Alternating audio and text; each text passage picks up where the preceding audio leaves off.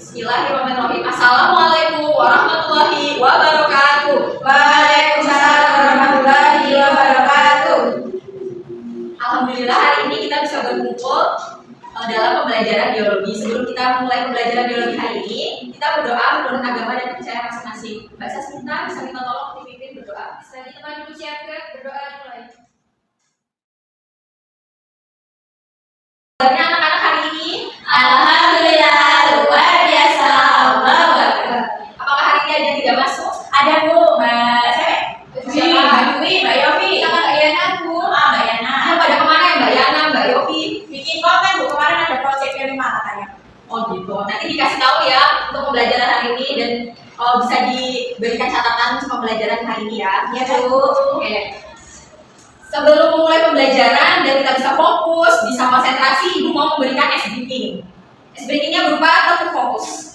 Kita lihat dulu ya contohnya di video ini. Iya Bu.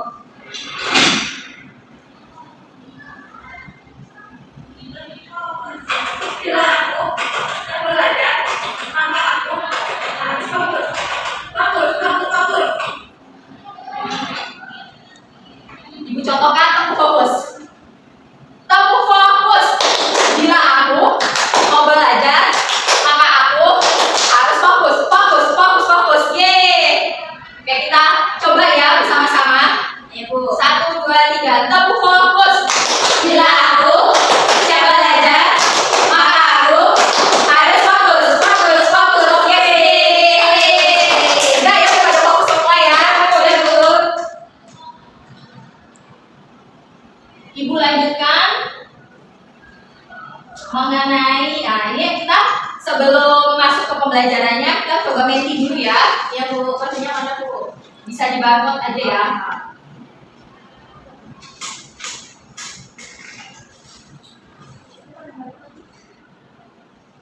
Jadi dengan adanya menti ini, Ibu mau mengetahui kesiapan belajar kalian semua ya. Ya kita masuk ke Mentimeter ya dengan kodenya 38834508. Sudah Bu. Sudah. Isi ya, sebutkan ciri-ciri makhluk hidup.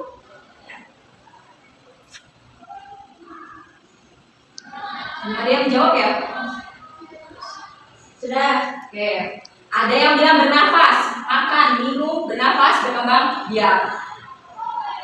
Ya, jadi ciri-ciri makhluk hidup itu ada bernafas, berkembang biak juga ya, tumbuh dan berkembang. Kemudian untuk soal nomor 2, silakan isi. Sebutkan kegiatan yang sering dilakukan saat menghirup oksigen dan mengeluarkan karbon dioksida.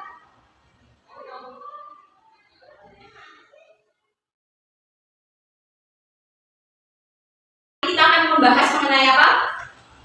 Bernapas Bu, pernapasan pada makhluk hidup. Bisa lainnya? Ada yang tahu topik hari ini pembahasannya mengenai apa?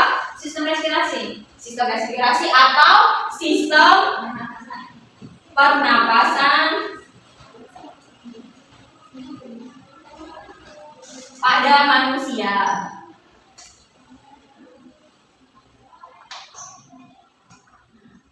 Hari ini kita akan membahas mengenai sistem pernapasan. Salah satu untuk membacakan tujuan pembelajaran. Saya Bu. Ya, Pak Adi boleh? Tujuan pembelajaran kita hari ini itu ada 3 ya Bu ya. Yang pertama, peserta didik mampu menjelaskan mekanisme pernapasan manusia meliputi pernapasan dada dan perut setelah mengamati video mekanisme pernapasan yang ditampilkan guru dengan benar. Tujuan yang kedua, peserta didik dapat membandingkan pernapasan internal dengan pernapasan eksternal pada manusia melalui kegiatan studi literatur mengenai mekanisme pernapasan dengan benar. Yang terakhir, peserta didik mampu menyajikan data hasil studi literatur terkait mekanisme pernapasan setelah melakukan kegiatan diskusi dan studi literasi digital dengan tepat. Terima kasih Mbak Ani.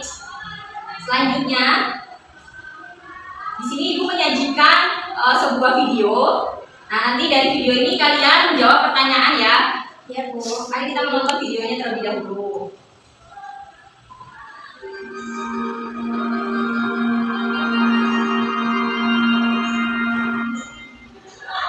Your body contains more than 15 trillion cells.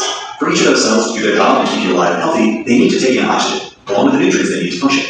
However, it would be very inconvenient and next to impossible for every cell to handle its own oxygen needs. Thus, multicellular life has come up with an ingenious way to take in large amounts of oxygen at once. Introducing the respiratory system. Your respiratory system is in charge of supplying the body with oxygen. Nature is filled with many versions of respiratory systems: diffusion, gills, skin breathing, spiracles, and of course, lungs. These systems are all adapted to different environments and modes of living. In this video, we'll mainly look at the human respiratory system, but many fundamental functions of our respiratory system can be applied to other life forms as well. The respiratory system has many functions, as you might expect. First of all, the respiratory system doesn't just supply the body with fresh oxygen. Just as you might exchange something old for something new, your body takes in oxygen while also distilling a waste product produced by the cells called carbon dioxide. This is called gas exchange. Second, carbon dioxide exists in the blood as a base in the form of bicarbonate. Expelling CO2 maintains the pH of blood at an optimum 7.4. The respiratory system also makes it possible for us to speak and smell. These functions are carried out by different parts of the respiratory system: the nose or nasal cavity, the pharynx, the larynx, the trachea, the bronchi, and the lungs.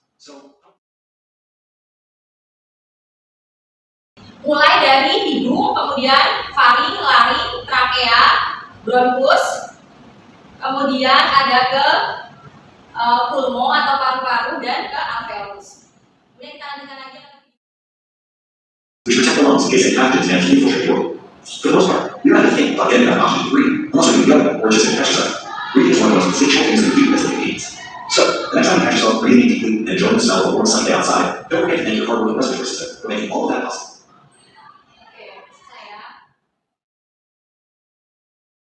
Nah, dari video tadi, Ibu mau menanyakan apakah bagian yang terlibat dalam proses inspirasi dan ekspirasi, kemudian bagaimana posisi diafragma saat inspirasi dan ekspirasi, bagaimana posisi tulang rusuk saat inspirasi dan ekspirasi, kemudian bagaimanakah keadaan paru-paru saat udara masuk dan keluar yang berkaitan dengan volume dan tekanan udara di paru-paru.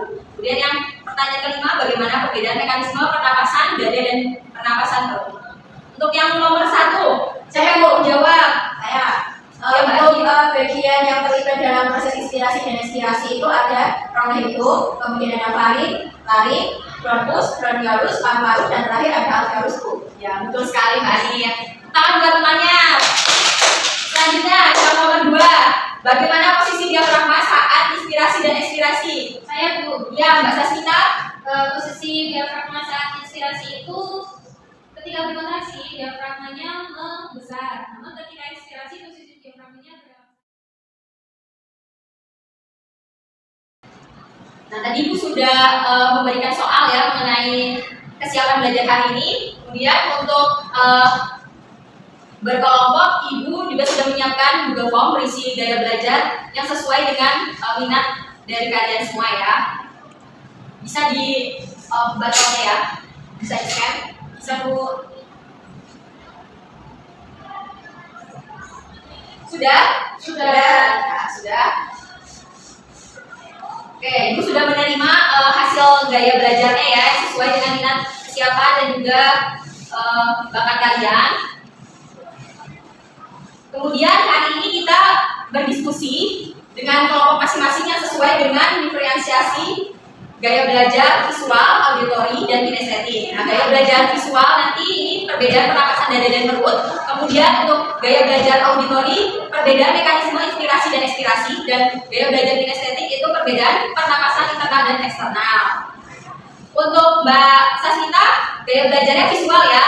Siap Bu. Kemudian Ibu sudah dapat datanya juga ini untuk yang auditori, Mbak Ani ya. Saya auditori Bu. Ya, kemudian untuk yang gaya belajar kinestetik ada Mbak Vika. Oke. Nah, nanti diferensiasinya mengenai proses dan produknya bisa dibaca ya. Jadi untuk yang visual nanti Mbak Sasmita bisa membuat mengenai e-book ya. Kemudian kalau yang auditori dari Mbak Ani mendengarkan video berkaitan dengan mekanisme pernapasan, kemudian Mbak Vika mekanismenya mengenai torso ya, atau media virtual reality yang berkaitan dengan mekanisme pernapasan. Oke. Untuk lingkungan belajarnya, karena waktunya mungkin tidak cukup ya kalau kita harus berbeda-beda tempat, sehingga Ibu membagi yang visual bisa di paling tengah sini ya. Jadi ini Ibu sudah bikinkan Dena. Nah, ini Dena tempat duduk kelompok berdasarkan gaya belajar. Kalau untuk Mbak Sasmita di sana ya bikinnya ya, siap visual. Kemudian Mbak Ani ada gaya belajar auditori karena auditori itu senang mendengarkan kan, berarti harus di tempat yang mungkin hening juga ya, tidak terganggu, bisa di sebelah sini. Kemudian kalau Mbak Vika untuk gaya belajar kinestetik sehingga bisa bergerak beraktivitas kemana-mana dekat itu sini ya Mbak. Oke. Sudah ya, sudah berkelompok dengan kelompoknya masing-masing dan sesuai denahnya ya. Sudah. Ya. Ibu beri waktu 15 menit untuk menyelesaikan produk yang sesuai dengan rancangan tadi ya. Ya Bu. Kemudian kalau sudah selesai nanti dikumpulkan di email ibu, kemudian akan ibu publikasikan, kemudian ibu tampilkan di layar ini ya. Siap Bu. Oke. Mbak Vika sudah selesai? Sebentar lagi Bu. Ya, butuh ya 15 menit. Saya sudah, Bu. Oke, saya sudah Bu. Sudah Mbak Vika sudah. Sudah Bu, ini Bu sudah selesai. Ya.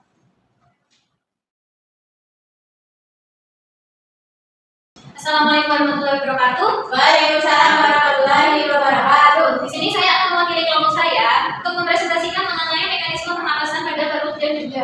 Sebelumnya, untuk organ pernapasan itu ada rongga hidung, faring, laring, trachea.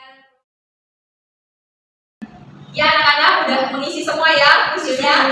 Sudah. Ya, oke. Ibu anggap sudah semua mengisi ya. Nanti ibu cek nilainya dapat berapa, nanti ibu kabarin ya. Kemudian kesimpulan hari ini, siapa yang mau menyebutkan kesimpulan hari ini? Terima kasih ya anak-anak sekalian sudah benar untuk kesimpulan hari ini. Kemudian sebelum kita tutup, apakah ada yang ingin ditanyakan? Belum Bu. Apakah ada yang masih belum mengerti tentang pembelajaran hari ini? Insya Allah sudah Bu. Oke, terima kasih. Nah, sebelum menutup pembelajaran hari ini ada lagi ya satu lagi yaitu refleksi pembelajaran. Yang boleh di-scan barcode-nya. Sudah? Sudah Bu. Sudah. Ya, sudah ya. Kalau tidak ada yang ingin ditanyakan hari ini, Ibu setiakan pembelajaran hari ini. Semoga apa yang kita pelajari hari ini dapat diserap dengan baik. Terima kasih atas